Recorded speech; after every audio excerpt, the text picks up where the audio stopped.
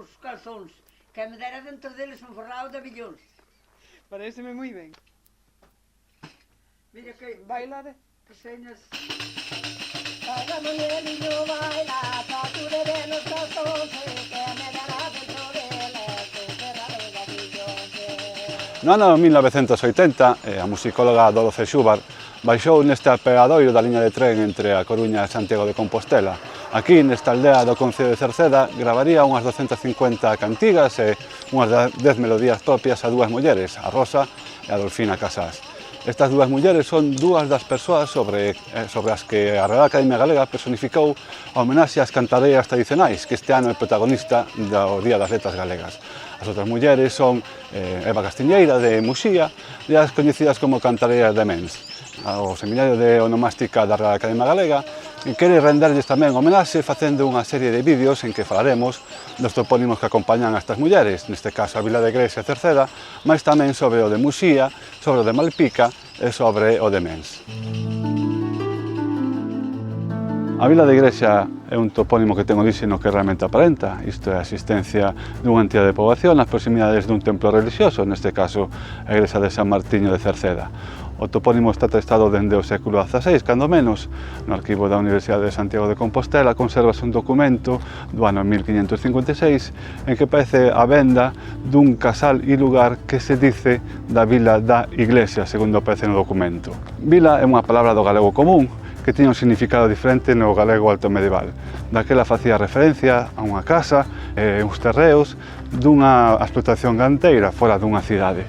Desde ese significado chega o actual de entidade de poboación máis pequena que unha cidade, pero máis grande que unha aldea, tal como aparece no Dicionario da Real Academia Galega. A igrexa tamén é unha palabra do galego común, procede do latín burgal ecclesia, cun C, esta variante da forma clásica eclesia con dos Cs. En latín significaba asamblea e reunión de fiéis e por metonimia tamén acabo designando o templo onde se reunían estes fiéis.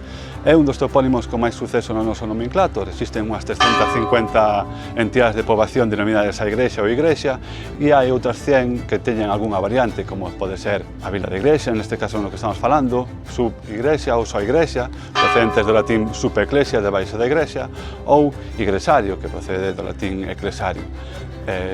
Tamén hai variantes evolutivas do étimo eclesia, como a irixe, a irexe, Irise, Gris, que xunto á forma igrexa conforman a familia léxica máis importante do noso nomenclator. Pola súa parte, tamén Vila é un topónimo moi importante, especialmente aqueles que teñen unha forma derivada, como pode ser Vilar, Vilanova, Vilela ou Vilariño. A Vila da Igrexa é unha aldea da parroquia e do concello de Cerceda, un concello que naceu no ano 1836 como resultado da unión de varias xurisdiccións antigas, entre elas a de Meirama e das Encravas, hoxe dúas das súas parroquias, e tamén parte da xurisdicción de Vilaprego. O nome do concello de Cerceda tomouse da parroquia, unha parroquia que está documentada cando menos do século X. No ano 1969 temos un documento no que se confirman varias propiedades do mosteiro de Soandres, entre elas a parroquia de Santu Martinu de Cercede, tal como aparece no documento.